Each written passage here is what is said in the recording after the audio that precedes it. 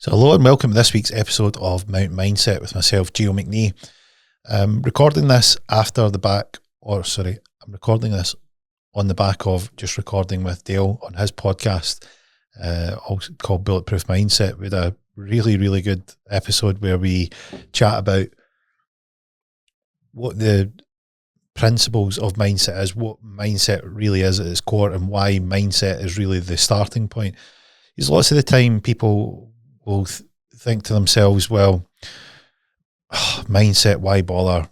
What's really the point? Does it really make a big difference? And it's, well, if you shift your mindset, you might not think that it makes a big difference, but do it long enough and you'll see it make a massive impact in your life. And what we went through is that what is the reason that people actually want to change their mindset? And it comes down to they're not getting the results in life. And the results in life can be relationship, friendship, it can be in finances, it can be at work, it can be a whole number of things where they're just not getting what they want out of life. And the reason being is that we have core desires that we want to feel as humans, is this experience that we call life. There's people will go, well, what's the point in all this? And they're really, what they're saying there is, I don't have the results that I want, and I'm feeling a bit defeated by the whole thing. And when you find out what the core principles are, what the basic needs of all of us are, you then start to be able to relate things that you've done in your life where you go, hey, that actually makes sense. So the first one that we need as human beings is certainty. So this comes from a time where, we're out there hunting, we're hunting animals, we're trying not to be prey, we're looking for food, we're surviving. So we would do things that would be certain for us. We would stay near water so we could, we'd have a drinking supply. We would forage around and we would, track the places that would give us the most degree of certainty. And things in modern day life would be that, we believe that buildings will stay up and we would drive over bridges because we're certain that they won't collapse. We have a degree of certainty that an aeroplane can fly, so we will get on a plane. If we didn't have that certainty, we wouldn't, we would avoid the dangers. So we tend to look for certainty to avoid pain, and that's the first thing that we do. So certainty is a primary focus of ours. The second thing that we need, which is hugely ironic because life generally has a sense of humour, is that we also seek uncertainty. You might think that's crazy because why would we seek certainty and uncertainty? Well, we need stimulated, because if we'd done the same thing over and over again, we would get bored, and that boredom would drive us crazy. So we seek new adventures and we seek to travel to new places and we try new challenges out. Maybe you want to get into a new sport, maybe you want to get to the gym, maybe you want to travel to a certain destination to see what it's like. Maybe you want to find out about a new topic or explore some faraway land and the stories behind it, or anything of that nature that's just different to you. So we seek that uncertainty. That's why we like things like roller coasters. You go up and you know that you're going to be safe, but the feeling and the thrill of it gives you that uncertainty and that rush and that stimulation. So we know that we need certainty. We know that we need a certain degree of uncertainty. And the third thing that people want is love and connection. So we're social creatures. So being around people that we enjoy spending time with and we can feel connected with is important to us. And it's important to us because, we can share our experiences and we can help each other and we can feel a sense of connection and a sense of connectedness to people that we can share this experience with, that we can learn from, we can teach others, and we can influence them. So that's the reason that we have friends. It's the reason that we have families. It's the reason why we enjoy bringing up a family and helping bring up the next generation is having that sense of connection and love. The fourth thing that we have or that we seek is significance. We want to feel valued. That's why we pursue careers and we take on challenges and we do things that can give us a sense of growth in our life, where we can feel that we can achieve something. They're the four primary reasons that people are driven to do things. So if you feel significant, you might feel in your career, for instance, or a business where you maybe, you're a famous YouTuber and you feel significant because people are taking the time to tune into you. And it might be that you start a business, you provide a service locally that people, really value. So that might give you a degree of significance. Maybe you put all your focus and attention into your kids and you want to see them develop and you feel significant as a mother or a father. So you have these sorts of things that are the four main sort of principles. And when I help people that come to me for coaching, one of the things that would surprise you is that when people get a sense of achievement of those first four things, they'll generally have certainty. So they'll be, in a financially stable position. They'll probably have a good home, and they'll have a great family. And that sort of life will be dialed in, but they'll seek uncertainty. So they might take part in events, sporting events. They might climb up hills. They might take part in a triathlon. They might, train at the gym. They might take on an event that is new and provides some stimulation. Maybe they take up a new hobby, something that they want to get into, something that they want to study. And it's that new, exciting adventure. Maybe they want to travel the world and see new places so that they can have that uncertainty. What's next? They don't know the surroundings. They want to get to know them, get to know the area. So that's the uncertainty that they seek. Then they might have love and connection. So they might have great friends, a great circle of friends and family. They might have kids that they're bringing up, and that might be dialed in. And they might feel significant. They've got a great job. They've got a great business. They've got a great platform, whatever that may be. And when they get these things, they think that that's all that there is, and they can feel lost. And that's why you have famous people that go off the rails, because they think, like, what now? What's the point now? If I buy another car, will it make a big difference to me? Probably not. And if I had set up another business, would that impact my life? No, because what happens is when you do these things initially, they have a big hit or a big shift or a big change in your life. And then as you do more and more of them, it's a diminishing return. And that's the nature of things. And it's why there's two other core principles that make up our sense of what's fulfilling in life. And those two things are what I help people identify when they've got the first four dialed in. So the fifth and the sixth ones are, they have a bit of an overlap, but there's some distinctions between the two of them. The fifth one is a sense of growth. So growing means that you feel that you're continually developing, you're learning new things, you're trying new things. And it relates to the sort of the second one, which was uncertainty, where you feel that you want to be stimulated. But more specific to that, you want to feel that you're growing and developing. So that growth is generally a sense within. It's not measured externally with the normal things like money and finances and designer clothes and all the sort of trappings of the material world. It's generally a sense from within that you're growing as a person, that your life has purpose and it has meaning, and you're constantly developing that. The last one is that you serve others. So by serving others, what that means is, like, you are helping other people learn the wisdom and knowledge that you've picked up over the years. So when I look at my own life, I've had great experiences and I've done some wonderful things. I've made a lot of mistakes and been able to learn from those mistakes and pick up not only the wisdom of when it went well, but also the wisdom of when it went wrong and what to do about it. And being able to help people who, are at different stages of their life, whether it be sort of young kids that are sort of new to the world and you want to nurture their dreams and aspirations of what they want to do in their life.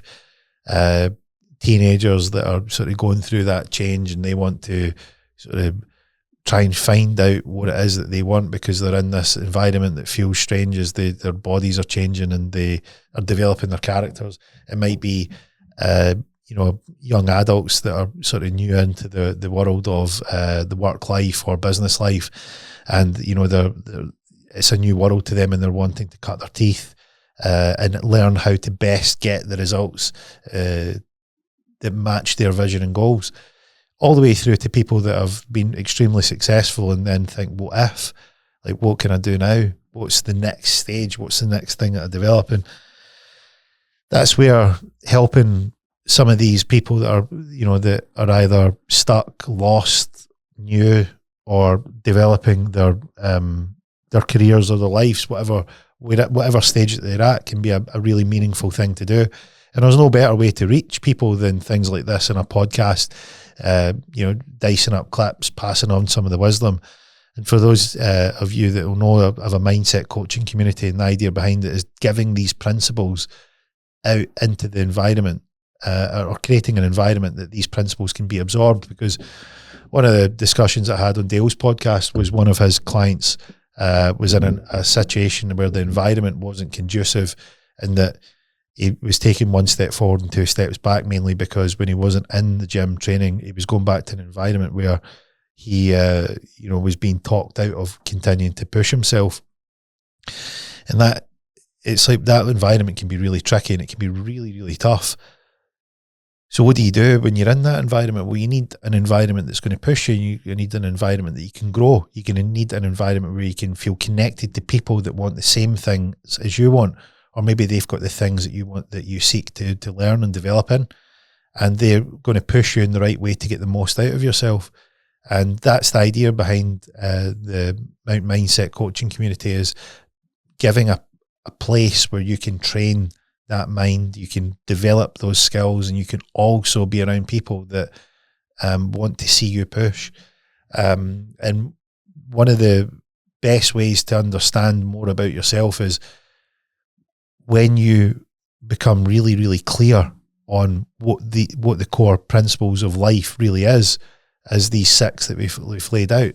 It will give you a way to connect why you do certain things, or why you should do certain things, because you will get a feeling that gets you closer to these core principles that we've discussed. So for instance, you might feel that you're stuck in a rut, you have chock full of limiting beliefs, you just can't seem to get out your own way, you're just taking all the excuses, you're giving into your inner bitch, and you just, for lack of a better word, feel trapped. And not trapped by anything external, but trapped internally. And when you start to realise that, you maybe are not taking the risks because you fear uncertainty, because you don't have enough certainty in your life, so then you can start to measure, well, where can I get more certainty so that I can feel safe and comfortable taking more risk, or uncertainty in this case.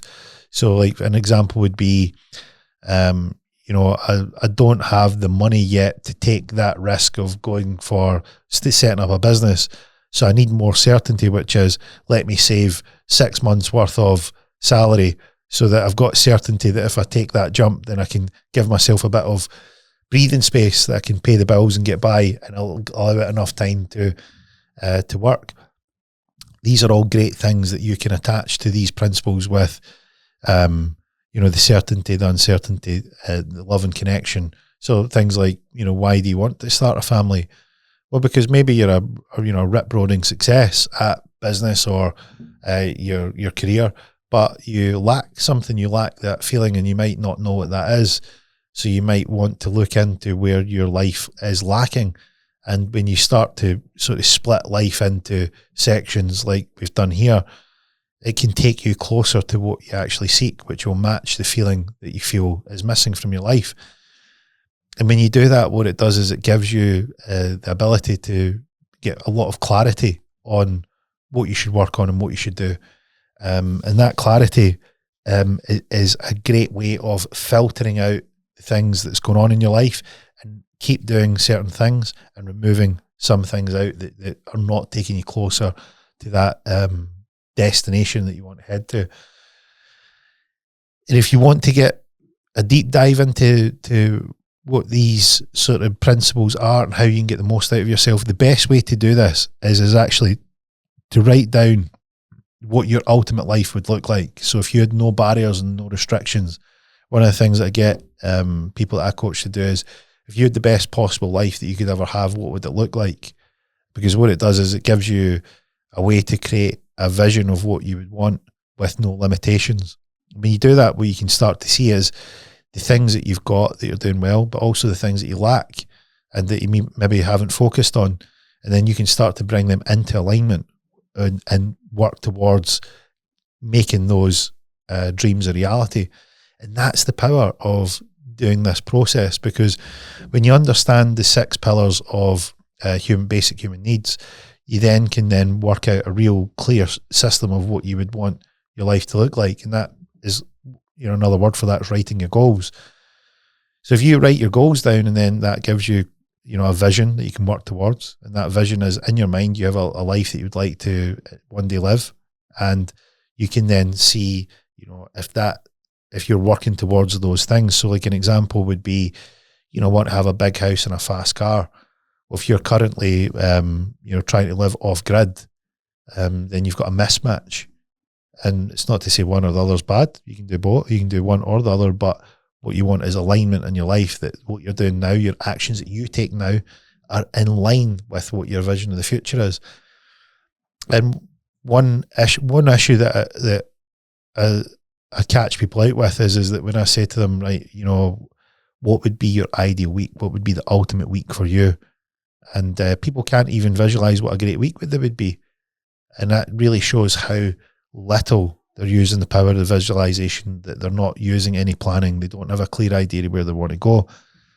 And it's a bit like if you were in life and you imagine life's like being in a car and you're driving that car, but you're not looking out the window at where you're going, and you wonder why you keep crashing or you don't get the same results or the results that you would like.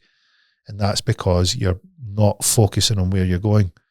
And that power of switching your mind to focus on where you want to go is a real power, because when you start to do that, you can get a direction and start to go the places that you want to go. So I thought I would go over what these core principles are, and what I think would be a great exercise is to write down certainty, uncertainty, love and connection, and significance, and then put next to that what is the things that you're doing in life that give you that, and then start to then piece together how your life looks with these things. And maybe you're already doing the other two, which is growth. So things like you're maybe learning about skills, hobbies, other teachings. Maybe you're doing some work personally to develop yourself. Maybe you're serving others. You do some events. You're putting on any kind of free community stuff, or possibly you're doing some charity work. And it would be a great way to audit what you're doing currently, to see how your life actually looks with these core principles. Because what you know is these core principles work. You know that they're the key tenets to having a great life, and you can see how you score on those. And then what you can do from there is you can start to develop a clear picture of how your life looks now, what's missing and what you'd like to add. And then you can then develop a set of goals. You go like, if I built this goal out and I could live a life that was like this with these things in them, I would really like that. So get stuck into that list. I recommend you do it on a piece of paper with a blue pen, of all things. Make sure it's blue, because when we write in black pen, it's usually for a list. So do it with a blue pen, because it opens up your creative neurons in your brain. Write down a list, give it a go, and if you like more of this stuff, then why don't you come along and join a mindset coaching community over in school? You'll see the link in the show notes. The idea of that is we have a weekly group coaching call where we talk all things mindset. We have all the previous calls that we've done, where we've done some coaching calls online, so you can see how I would coach someone regardless of what's going on in their life, how to shape their thinking to get out of their own way, and how to take the positive steps forward. And you'll see these things that we've discussed today in this episode, these core tenets are laced all the way through them. And it's one thing, I would say, it's one thing knowing what they are, and then it's a whole different thing knowing how to use them. And when we go through the mindset coaching community, it's about how to continually remind you to apply these. That's the art of showing up, being consistent, and being disciplined. And when I was on Dale's podcast, the 3 things that I said were the key things for improving your mindset is 1, having a vision. So where do you want to go? Number 2 was take action as your default mode. So always take a step forward, whatever that may be, no matter how big or small it is. Step 3 is consistency. And we, regardless of what's going on, will always show up for our community and will always be consistent. We have a regular in-person meetup, which is once a month, where we go to a local climb. We'll climb a hill. We'll do the Mount Mindset in real life, where we ascend the hill to the top of the summit, and then we show what it's like to pursue your goals and dreams. And then if there's a local cafe, we'll find some coffee and some ice cream, and a good place for everyone to chat and be around that energy field of everyone that's got a shared goal and a shared dream. No matter where you're at, whether you're stuck in a rut and you've decided to make the call to get out of it, or you're at the top of your game and you just love being around people that are like you, and everyone in between. So if you like that, visit Mount Mindset, visit my website, come and visit us at school. And if you want to get yourself along to the next climb, come and follow me on all my social media channels, and we'll notify you when the next one is. From me this week on this episode of Mount Mindset, that is a wrap.